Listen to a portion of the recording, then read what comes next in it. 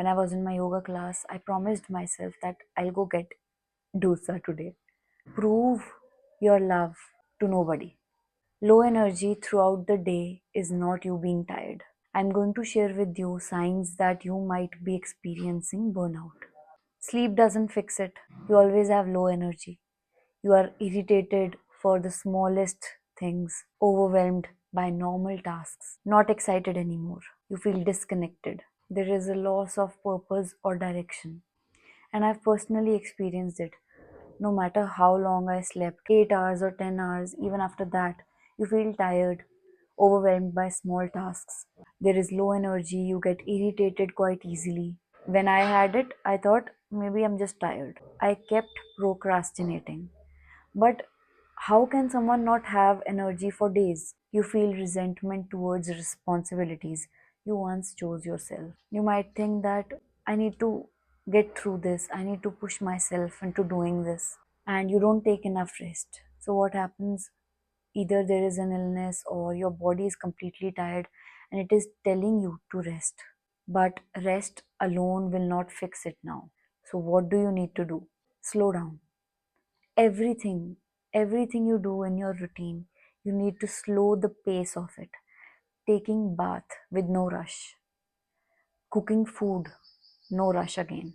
You are eating, eat very slowly. Why I'm telling you to do this? Because this is how it should have been. Moving with presence, slowness, feeling more, being present in the moment. That is how we are supposed to experience life, not rushing from one thing to another that will only give you dopamine highs. Now, this, now what next? You keep on looking for what to do next. So, you need to slow down. Number two, come back into your body. Everything that you have suppressed, every feeling that you have suppressed all this while, I'll do this later, my needs are not important, my responsibilities are more important, I need to look out for my family, my work, my job, all those responsibilities. So, what I started doing, other than slowing down my entire day and having time for presence, I started coming back into my body. That is why I suggest doing meditation. But if it is tough for you to maintain that focus, start by just being present in the moment, whatever you are doing. I'll give you an example. I was in my yoga class. So while I was in my yoga class, I was doing certain poses and suddenly images started coming. I saw dosa. Now, for all this time, I thought my intuition was completely lost because I never listened to it. And once you stop listening to it, it stops telling you to what you crave, what you want. Now, at that point, I did not know what to do. But slowly, as I became more present, as I slowed down, I knew what I craved. I knew what I wanted in this moment. I had a direction, I had a purpose. I got my vision back, I got my intuition back. Every time I listened to anything that I wanted and took action for it. I was craving dosa. I went to eat dosa the same day. I wanted to make a salad for me. I created that the same day. I wanted to make this video. I made time for it. And I love creating. I wanted to create this video. There are so many fears, especially in the minds of women. How will I be perceived? What will people think of me? They'll judge me, they'll gossip about me, they'll criticize me. What about you? So, every action I'm taking, regardless of the criticism or gossip, that's not my concern. That's not something I can focus on. It's so negative. I don't have time to criticize people. I don't have time to judge people. I only have time to create. I only have time to be happy, to be present, to slow down. So, even if you fear that doing something will trigger so many people, that's how we have been taught. Suppress your needs, suppress everything you feel, suppress your desires, and do things that make other people comfortable. And because of that, you slowly even forget who you are. You slowly even forget what you want, what you crave, what you like, and everything becomes about family. Now, this is not coming from a negative space. For once, think about yourself. Love does not only mean that you need to sacrifice your desires for your family. That is not how you prove that you love them. You prove your love to nobody. You are always loved. Number three, receive. Don't always just give. What we as women have been taught. Always give. Don't just give. It's time to receive. It's time to replenish your energy. Fill your own cup. How do you fill your own cup?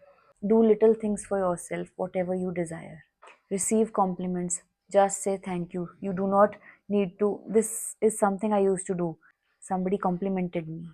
I'll quickly compliment them back. There was no thank you. I had to thank them, but I was not comfortable receiving that compliment. So I learned to receive the compliment first. Somebody treated me to a meal, and I kept thinking that, "Oh, I need to give back. Oh, I need to give back." No, I received.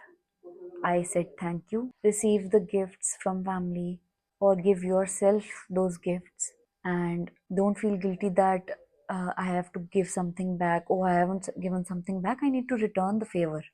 No, this time we receive. Number four, honor your natural cycle. There are times in a month that you are going to be tired, you'll need rest, you'll need to replenish your energy. And there are going to be times when you are going to be very energetic. So, at that time, create.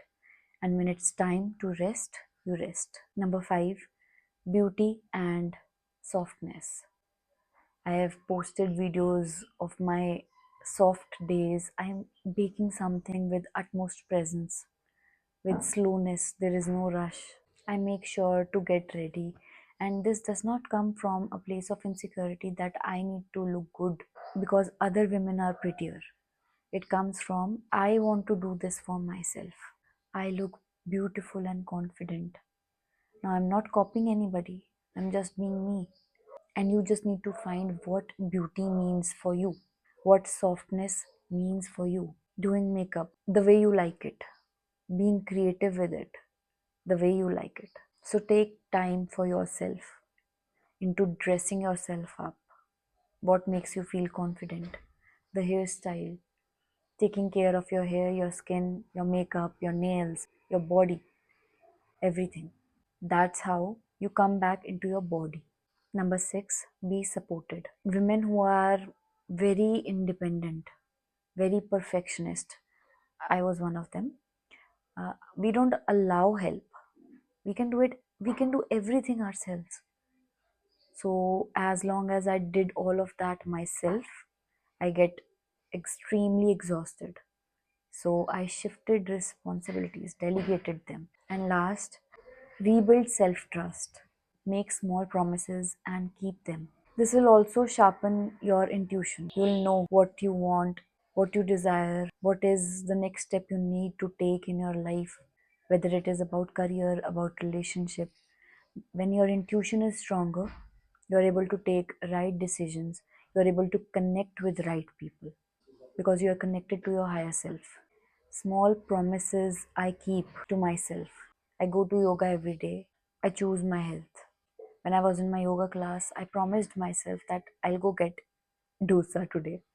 I kept that promise. When I desired to buy something, I bought it for myself. There was no guilt, no shame that I was making an unrequired expense. I promised myself that I'll make videos, but I won't force myself into doing anything when I'm tired. Little promises like doing yoga, going to gym, craving something and actually going to eat it. That's how you build self-trust. If you are still overwhelmed by even the normal tasks, give yourself time, take some rest, but release all the expectations, release all that heaviness. You don't need to, do a lot to release it. Just tell yourself that I want to release all this heaviness. This will actually slowly release this heaviness. I want to choose myself. So, no expectations, no rush, no forcing yourself, being present. There is no pressure, there is no speed limit. You'll slowly get back into your routine. Thank you so much for watching, and I'll see you guys in my next video. Bye.